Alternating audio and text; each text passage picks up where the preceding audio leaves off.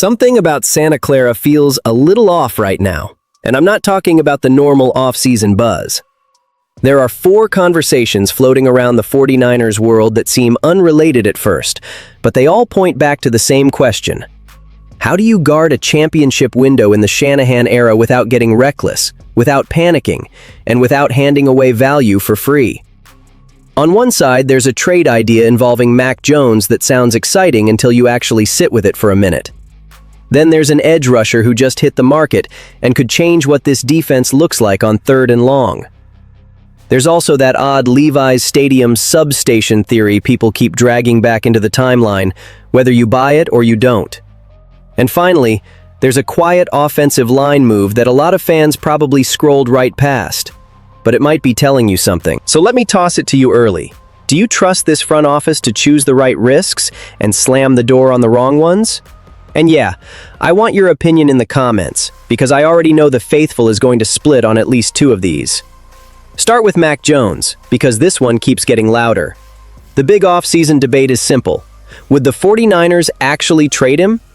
The current chatter says the team plans to keep him, and that honestly makes sense. Mac isn't just QB2, he's the kind of backup you can live with if Brock Purdy misses time. That matters. But if someone shows up with a truly strong offer, something that upgrades a real spot on the roster, you at least have to listen. Strong is doing a lot of work there, because one proposal that got tossed out there, I'm saying no without thinking twice. ESPN's Bill Barnwell floated a mock trade. Mac Jones to the Minnesota Vikings for J.J. McCarthy. And I'm not trying to be dramatic. What does that do for San Francisco? McCarthy has flashed a bit, sure. In the 2024 preseason, after Minnesota drafted him out of Michigan, he looked pretty good.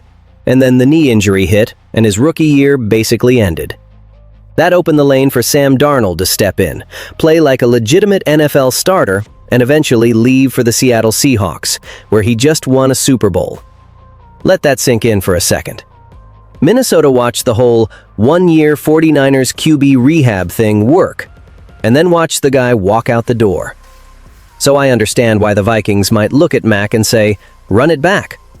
From their perspective, it tracks. From ours, it doesn't automatically line up. McCarthy got healthy in 2025 and opened the season as Minnesota's starter, and calling it uneven is being kind. Injuries popped up again, and in his 10 starts, he completed 57.6% for 1,632 yards, with 11 touchdown passes and 12 interceptions. He added 181 rushing yards and 4 rushing touchdowns. There's upside in that profile, but the 49ers don't need another reclamation project at quarterback, especially not in exchange for a guy who has already shown he can run this offense when you need him. That's the entire point. If you trade Mac, it has to be on purpose. You move him for a pick you can turn into a defensive player, a wide receiver, or another real need on this roster. Or you include him in a bigger package for a true impact piece, someone like Raiders edge rusher Max Crosby. But a straight swap where you give up a proven backup just to take on another backup you still have to figure out? That's not an upgrade. That's certainty for hope. And hope doesn't win you games in December when your QB1 tweaks something and you're staring at a short week. Now, could Minnesota still make sense as a landing spot for Mac? Sure.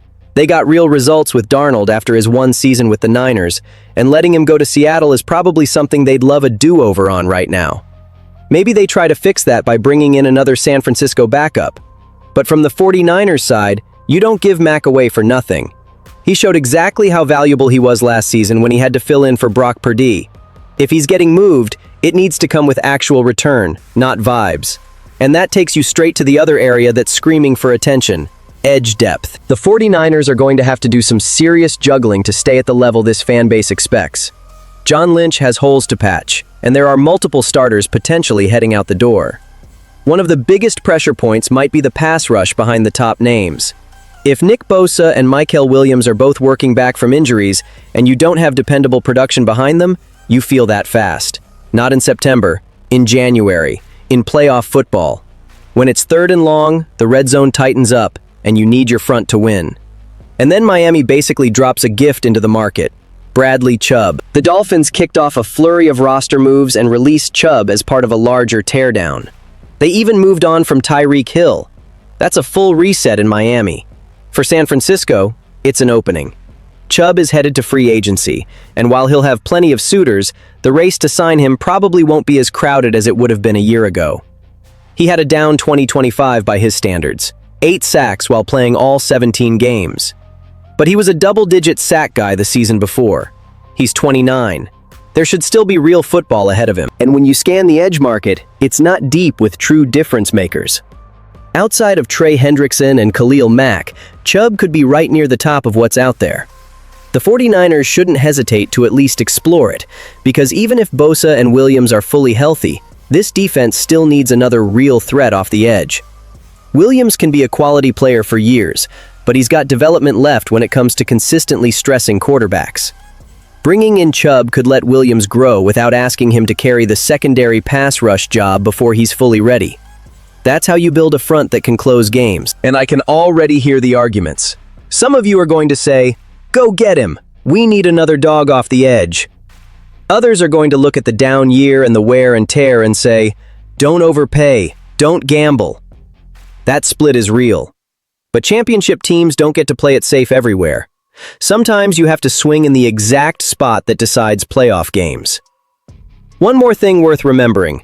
The 49ers were linked to Chubb at the 2025 trade deadline. So this isn't some random fit people just dreamed up this week. If there was interest then, it's fair to think there's interest now that he's actually available.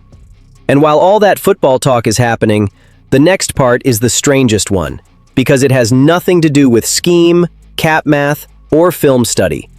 And yet it's still hanging over free agency. The electrical substation theory around Levi's Stadium has gone into overdrive, especially after the injury problems last season and with the Super Bowl being played at Levi's in Santa Clara.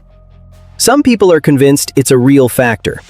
Others think it's a joke that got way too much oxygen.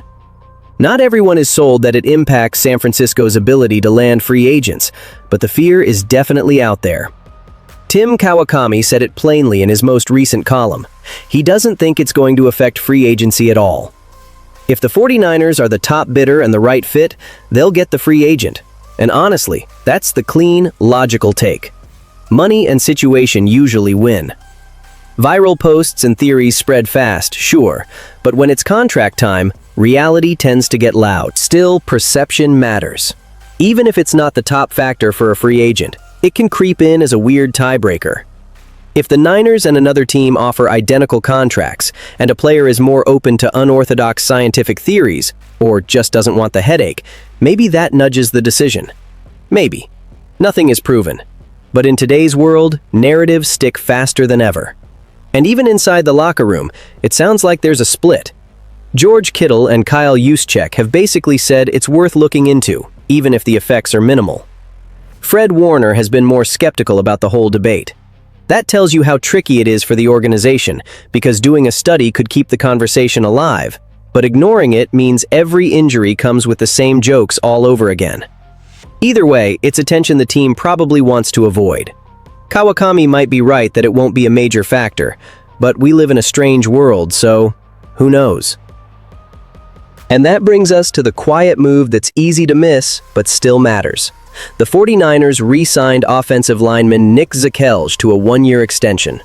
No fireworks, no headline takeover, just a steady, low-key roster call. Zakelj was drafted in the 6th round in 2022, and over 4 seasons, he's appeared in 29 games with 2 starts. In 2025, he spent time on San Francisco's practice squad and played in 3 games. He's 26, listed at 6'6 inches, 316, and he's the type of depth piece that makes more sense the deeper you get into a season. Offensive line isn't only about your starters, it's continuity, chemistry, and having someone who knows the system when injuries hit, and you're suddenly reshuffling protections. So when you stack it all together, Mac Jones trade talk, the Bradley Chubb opportunity, the substation narrative hovering over Santa Clara, and a quiet depth move on the O-line, you can see the bigger picture. The 49ers are trying to be aggressive in the right places, and stubborn in the right places too. So where do you land on this? Would you shut down the McCarthy for Mac idea immediately? Would you push hard for Chubb to reinforce the pass rush depth? And do you think the Levi's Stadium substation talk is harmless noise, or something the team has to deal with for real? Drop your take in the comments. Hit like if you want more 49ers off-season breakdowns like this, and subscribe so you don't miss the next one.